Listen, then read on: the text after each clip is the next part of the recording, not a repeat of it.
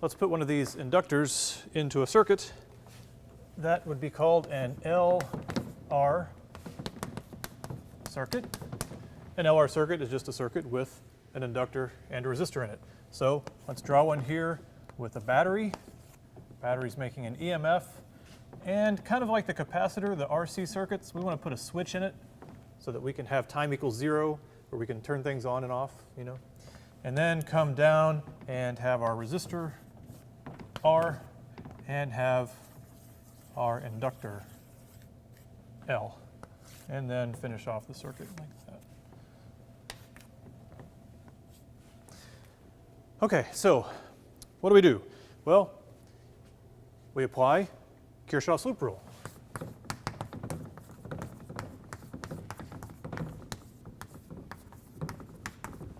That should work.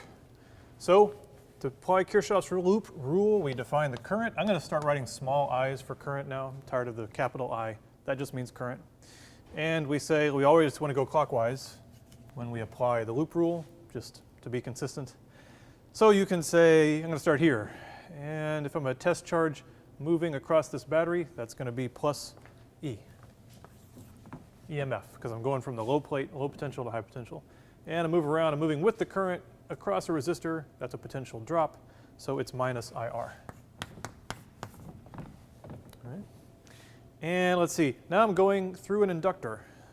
Okay, now let's see, if the current is this way through the inductor, we know that the inductor, due to Lenz's law, always opposes any change. So if the current were to change, this would be a back EMF. We've talked about how inductors make back EMFs, and the EMF we know is L, the inductance, times di dt. So when you're going with the current past an inductor, it's minus L di dt.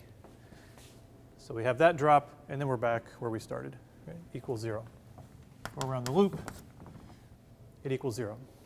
So here is an equation where we need to solve for I, and it's another differential equation. We have I, current as a function of time, and we have the derivative, di dt. And solving for these is always a matter of just using the right tricks. So here, let's divide by R. And using the right tricks is a matter of experience. Minus I minus L over R di dt equals 0. So when you take differential equations, you're really just learning tricks, more or less. Well, there's some math in there too, but you're also learning all the tricks. If you've never had differential equations, the next few units will be useful. I'm going to teach you some of the differential equations tricks. If you've had them, you may just stop here and say you know the solution. I don't know. Okay, so the trick in this case is to substitute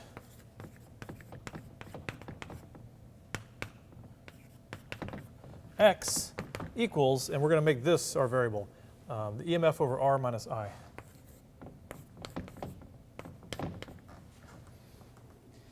So we substitute in, that'll just become x, but then we have to deal with di dt. So when you look at this, if you were to calculate dx di, it would be minus 1.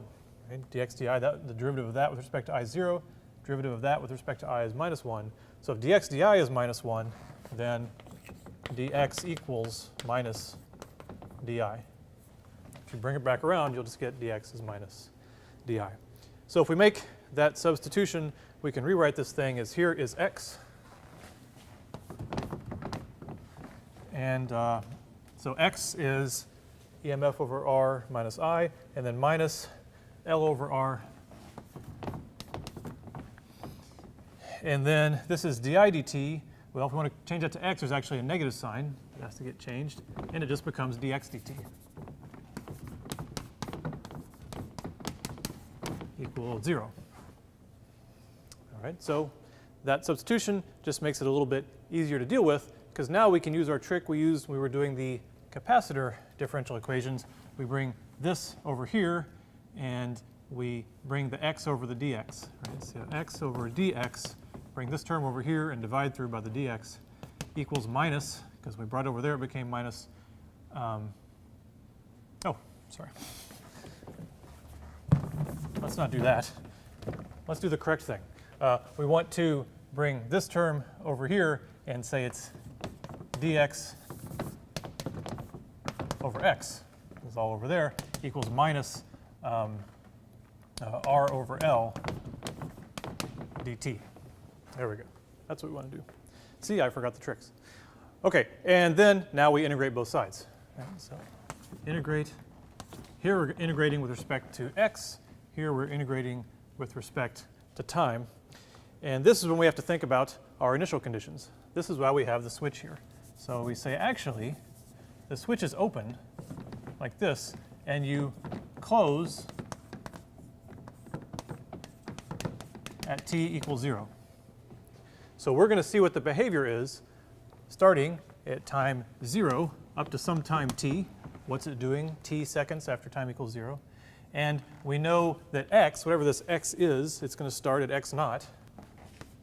And we're trying to see what happens when it goes to x. So we set up that integral very similar to the capacitance equations. And these are the boundary conditions assuming x equals x naught at t equals 0. So now we just need to integrate.